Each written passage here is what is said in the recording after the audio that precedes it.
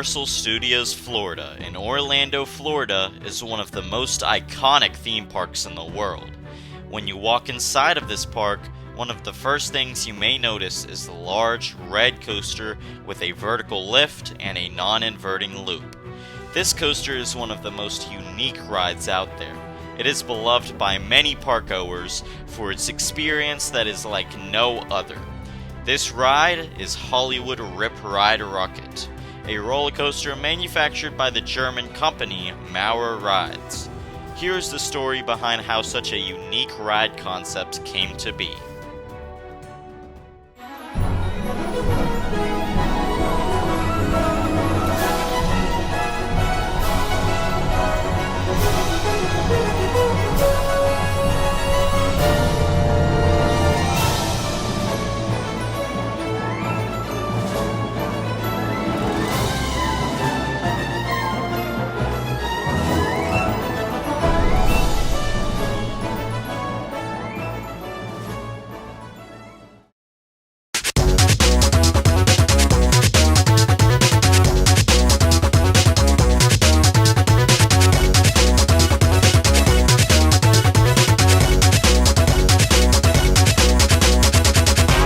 In July of 2006, Universal Studios Japan in Osaka, Japan announced a roller coaster for the following year. Details released regarding the ride included its $50 million price tag, as well as its height, speed, and length. The ride ended up being Hollywood Dream the Ride, a hypercoaster manufactured by Swiss company Bolliger & Mabillard. It underwent 8 months of construction prior to its grand opening to the public on March 9, 2007. The ride became well known for its unique feature of interactive onboard audio. Riders could select one song to play during the ride from a list of 5 songs. The list of songs is also updated over time by the park. This unique and thrilling ride resulted in a rapid increase in both attendance and profit for the park. The popularity of Hollywood Dream the Ride caught the attention of one of Universal's Florida parks on the other side of the world. Universal saw the success of Hollywood Dream in Japan and wanted to create a ride with similar features to it. In January of 2008, Universal filed a notice of commencement with Orange County, Florida, with plans to construct a new attraction codenamed Project Rumble. Instead of working with B&M like Universal Studios Japan had for Hollywood Dream, Universal Florida decided to work with German manufacturer Maurer Rides. On March 19th of that year, Universal officially announced the ride in a press release. Despite omitting the ride layout, they announced that the ride would have a max height of 167 feet, a max speed of 65 miles per hour, LED lights, built-in video cameras to record riders, and the option to select a song to listen to during the ride. Following this announcement, the park surveyed its guests on which songs should be included in the song selection. The park also announced that the ride was scheduled to open during the spring of the following year. Construction on the ride began 2 months later. The ride's construction required some of the outdoor extended queue for Twister Ride It Out to be removed. The ride's track began installation on December 7, 2008. In February of 2009, the park launched a website with updates on the ride's construction. 2 months later, the final track piece was installed on the ride, that of which being the peak of the ride's lift hill. Following this, the ride began testing. During the same month, Universal announced that the ride would be delayed to the summer. Maurer had installed a unique anti-rollback system for the lift hill, but it was believed by many that issues with the anti-rollback system caused the delay. However, the park managed to resolve these issues. On August 16th of that year, the ride soft opened, allowing public previews for guests of the park. The ride officially opened to the public a few days later on August 19, 2009.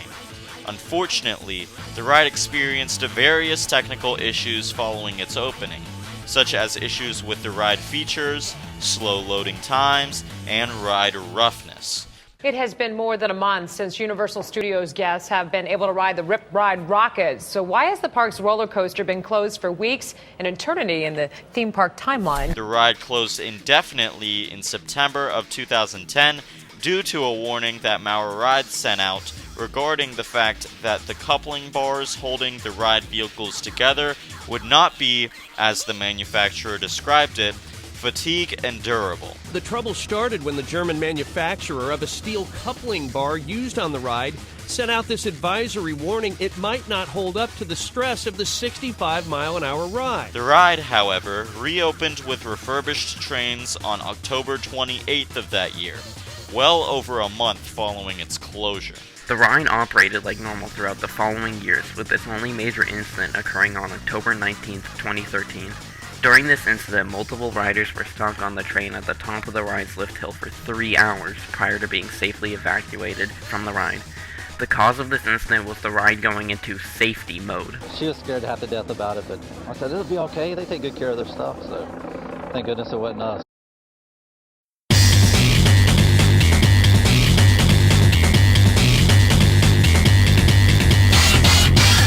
Let's start off with the queue of the ride. Prior to entering the ride queue, guests are provided with lockers that are freely usable with their park ticket. In addition to this, the ride offers larger lockers available for purchase if a guest cannot fit all of their loose items into a free locker. After the guests put their items in the locker, they enter one of 3 queue lines.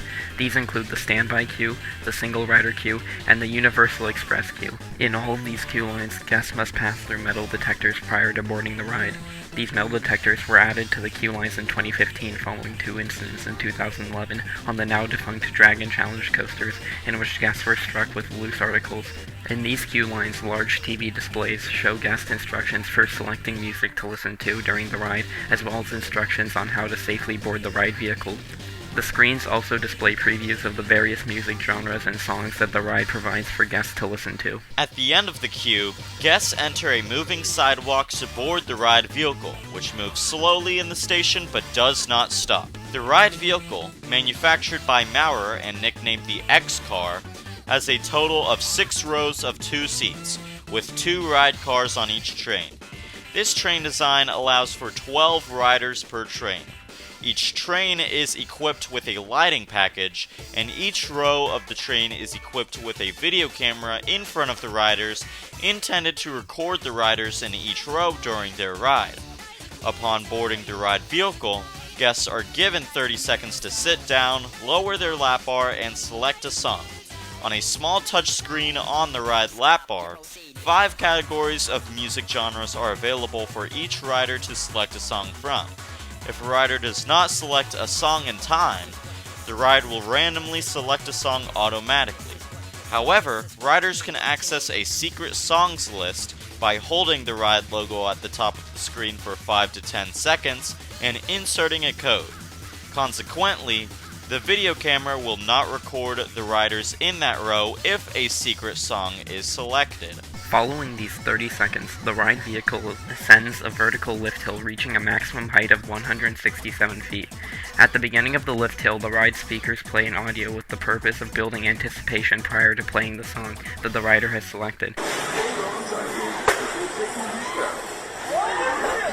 At the top of the lift hill, the chain lift slows down. This aspect of the ride began occurring in June of 2020 following the lockdown as a result of the COVID-19 pandemic. Following the crest of the lift hill, the ride vehicle descends the first drop, reaching a maximum speed of 65 miles per hour. The ride then goes through a 136-foot tall non-inverting loop nicknamed the Double Take. The ride then enters the first of multiple mid-course brake runs.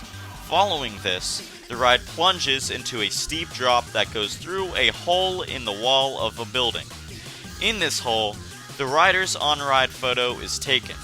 Following this, the ride goes through an upward helix nicknamed the Treble Clef, followed by a non-inverting corkscrew called the Jump Cut.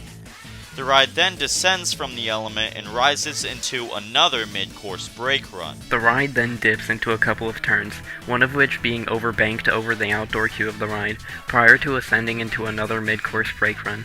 The ride then descends into an S-bend, followed by an inclined loop, into another mid-course brake run. The ride then dips into a small hill before ascending into the final brake run, leading into the station. The ride duration is 1 minute and 39 seconds, and the track length is 3,800 feet in total. Riders experience 4.18 Gs during the ride.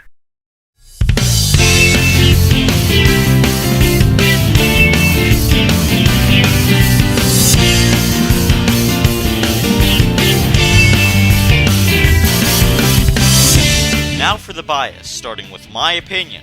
Overall, this is a very enjoyable and iconic coaster within Universal Orlando Resort. It is my third favorite coaster in the resort, ranking just ahead of the Incredible Hulk coaster and behind Hagrid's Magical Creatures Motorbike Adventure and Velocicoaster. I will say that I have found the ride to be mildly rough in certain areas, such as the section between the first drop and the first mid-course brake run. However, this has bothered me less in recent years, and I can still appreciate the ride for what it's got. It has an abundance of enjoyable airtime moments as well as some intense elements, such as the treble clef and jump cut. Overall, this is a fun and iconic coaster within Universal. Personally, I find Hollywood Rip Ride Rockit to be a very enjoyable ride, with others believing it to be very rough. I find it to be smoother than others do. The only downside being the removal of good songs from the ride, such as Harder, Better, Faster, Stronger by Daft Punk and Stronger by Kanye West. Other than that, there's not many issues with it, and I would ride it every single time I go.